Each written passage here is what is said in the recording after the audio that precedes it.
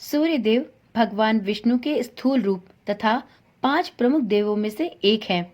भगवान भास्कर सभी ग्रहों के केंद्र बिंदु और अपरिमित ज्योति के पुंज भी हैं। सूर्य देव हमारी पृथ्वी सहित सभी ग्रहों के केंद्र, संचालक और नियंत्रण करता है। यही कारण है कि जब सूर्य देव हमसे प्रसन्न एवं संतुष्ट होते हैं, तब हमें संसार के सभी ऐश्वर्य और सुख समृद्धियां प्राप्त होती हैं। इसके विपरीत यदि भगवान भास्कर कुपित हो जाएं, तो हमारा जीवन अनेक परेशानियों, रोग, शोक तथा अपयश के जाल में घिर जाता है। परम शक्तिशाली एवं महत्वपूर्ण होने के बावजूद भी सूर्यदेव इतने दयालु हैं कि नित्य प्रातः सामान्य जल के अर्घ से और रविवार के व्रत से ही परम प्रसन्न होते हैं और अपने भक्त की सभी मनोकामनाएं पूर्ण करते हैं। ओम नमः शिवाय। जय श्री कृष्णा। आप सभी का सनातन धर्मसार चैनल पर बहुत बहुत स्वागत है। जैसा कि आप सभी जानते हैं कि इस समय पौष रविवार के व्रत किए जा रहे हैं।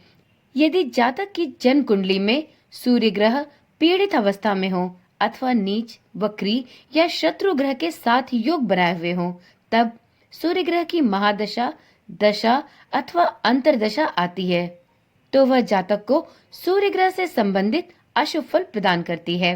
सूर्य पिता का कारक भी होते हैं, जिस कारण पिता तथा पैतृक धन एवं परिवार से भी जातक को अशुभ फल प्राप्त होते हैं। सूर्य देव को प्रसन्न करने के लिए तथा सूर्य ग्रह के अशुभ प्रभाव को शुभ बनाने के लिए पौष रविवार के व्रत करना बहुत ही शुभ माना गया है।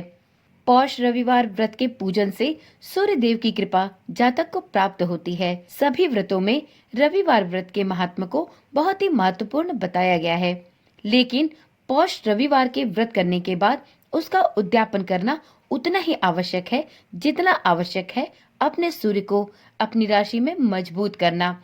तो मित्रों, यदि आपने भी पौष रविवार के व्रत रखे हैं, तो इस रविवार को अर्थात 12 जनवरी को पौष रविवार का अंतिम रविवार व्रत रखा जाएगा और इसी दिन आपको अपने पौष रविवार व्रत का उद्यापन भी अवश्य करना चाहिए, जिससे आपको इस पौष रविवार व्रत के करने के संपूर्ण फल प्राप्त हो सके।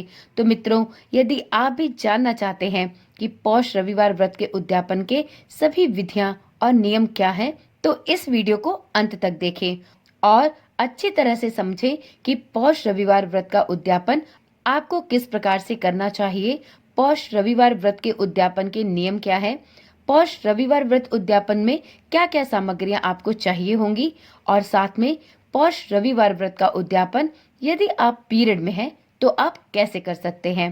तो चलिए एक एक करके इन सभी प्रश्नों के जवाब देखते हैं।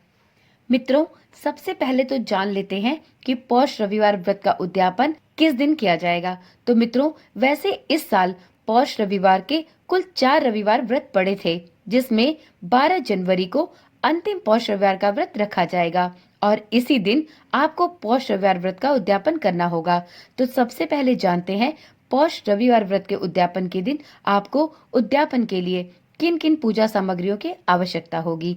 तो मित्रों, आपको पौष रविवार व्रत के उद्यापन के लिए सबसे पहले चाहिए सूर्यदेव की प्रतिमा या कोई भी तस्वीर, लकड़ी की एक चौकी, लाल वस्त्र, 12 दल वाला कमल का फूल, कलश, अक्षत, दीप बाती, गंगा जल, लाल कनेर के फूल, लाल चंदन, गुड़, लाल वस्त्र, जनेऊ, रोली, नैवेद्य, पंचामृत, एक पान का पत्ता, सुपारी, लौंग, इलायची, नारियल, फल, कपूर, हवन सामग्री, घी, आम की लकड़ी और भोग के लिए खीर।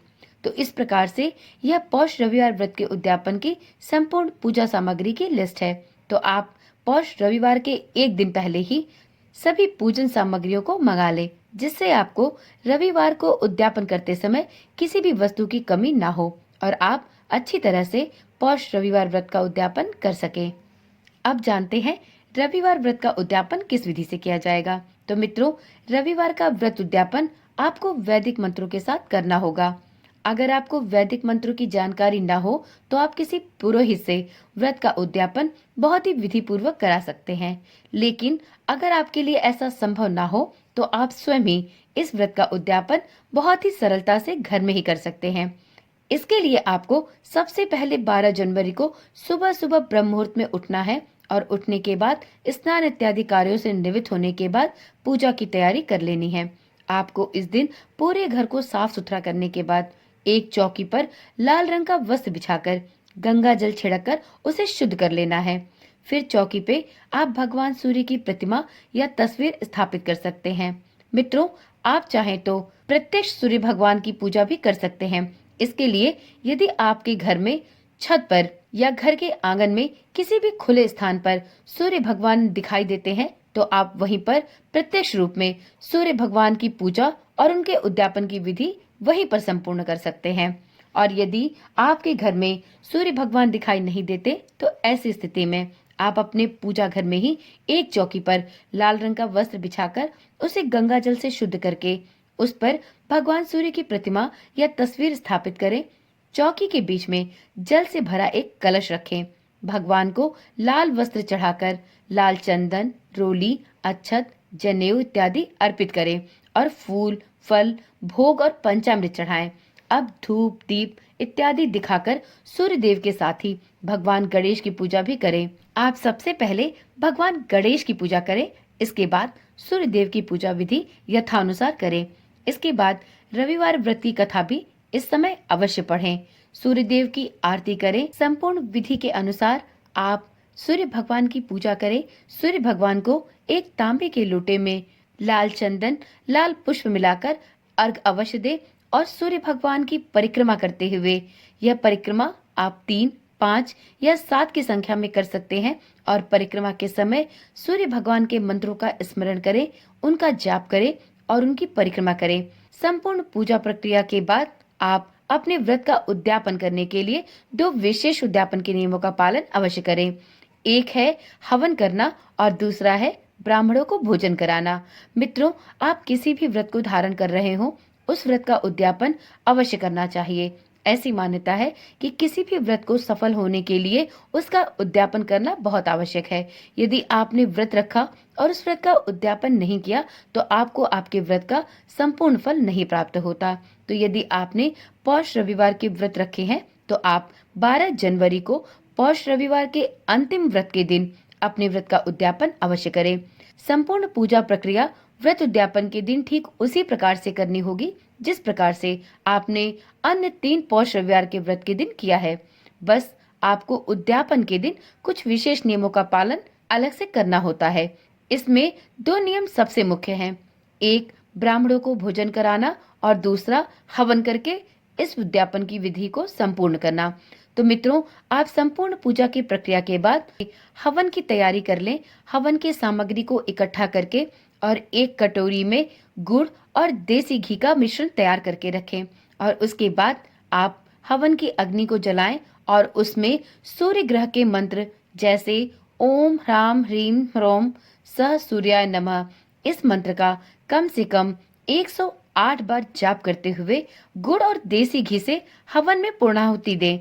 मित्रों, आप जब भी सूर्य ग्रह के मंत्रों का जाप करें तो उसके साथ प्रत्येक मंत्र के साथ आप स्वाहा अंत में अवश्य लगाएं।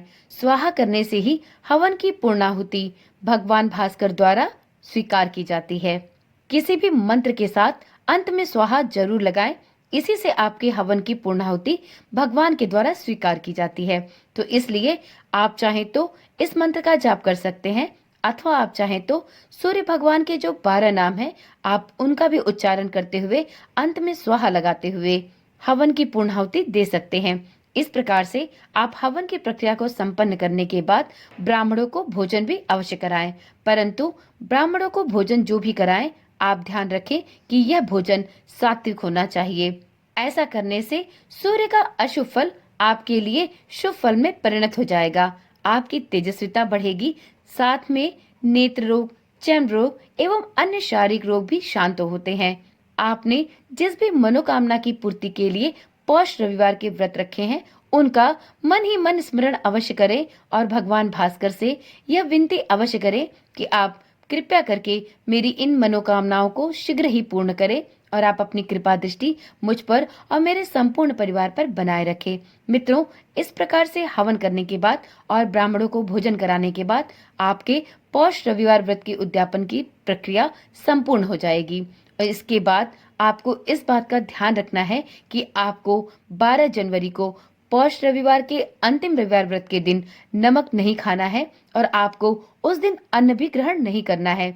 जिस प्रकार से आपने पौष रविवार के सभी व्रत रखे हैं, ठीक उसी प्रकार से आपको उद्यापन करने के बाद भी पौष रविवार व्रत के दिन व्रत का भोजन या व्रत का फलाहार ही ग्रहण करना है। यदि आप पौष रविवार व्रत के दिन एक मीठा भोजन ग्रहण करते हैं तो आप इस दिन भी वही ग्रहण करेंगे। और यदि आपने पौष रविवार व्रत के सभी रविवार पर फल और फलाहार ग्रहण किया है तो आप उस दिन भी फल और फलाहार पर ही अपने व्रत का पालन करेंगे। अगले दिन अर्थात 13 जनवरी के दिन आप सुबह उठकर अपने नित्य कर्मों को पूरा करने के बाद भगवान की विधिवत पूजा अर्चना करने के बाद ही अन्न को ग्रहण कर सकते हैं। आप इस बात का ध्यान रखें कि आपको पौष रविवार व्रत के उद्यापन के दिन अन्न और नमक को ग्रहण नहीं करना है, अन्यथा आपका यह व्रत खंडित हो सकता है। तो इस बात का भी विशेष ध्यान रखें। अब चलिए कुछ विशेष प्रश्नों के बारे में भी जान लेते हैं जो अक्सर साधक के मन में आते हैं। सबसे पहला प्रश्न कि क्या पंडित या ब्राह्मण को जो भोजन कराएंगे उसमें नमक होना चाहिए या नहीं। तो देखिए मित्रों, आपके घर जो ब्राह्मण भोज पर आए हैं उनसे उनकी इच्छा पता कर ले और उसके अनुरूप ही आप उन्हें सात्विक भोजन ग्रहण कराएं। यदि वह भी इस दिन नमक न खाना चाहें तो आप उन्हें भी कोई भी मीठा भोजन या पकवान खिला सकते हैं।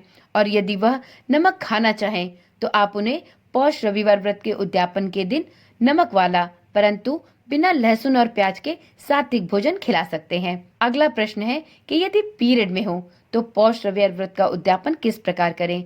तो मित्रों, यदि आपके घर में कोई भी अन्य व्यक्ति है जो इस व्रत का उद्यापन कर सकता है तो आप उस दिन पूजा तथा व्रत के सभी क्रियाकलाप उस व्यक्ति द्वारा करवा सकते हैं।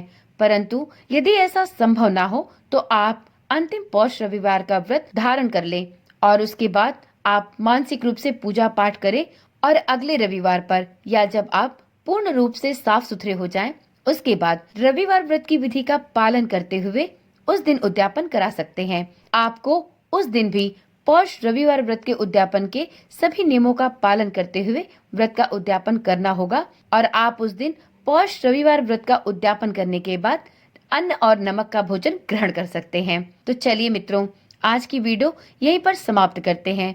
अगर आपके पास पौष रविवार व्रत के उद्यापन से संबंधित किसी भी प्रकार की समस्या, दुविधा या प्रश्न है तो आप कमेंट के माध्यम से पूछ सकते हैं। आपको उसका उत्तर अवश्य दिया जाएगा। तो चलिए फिर मिलते हैं एक ऐसी ही जानकारी वाली वीडियो के साथ। तब तक के लिए ओम नमः शिवाय, जय श्री कृष्णा, राधे राधे।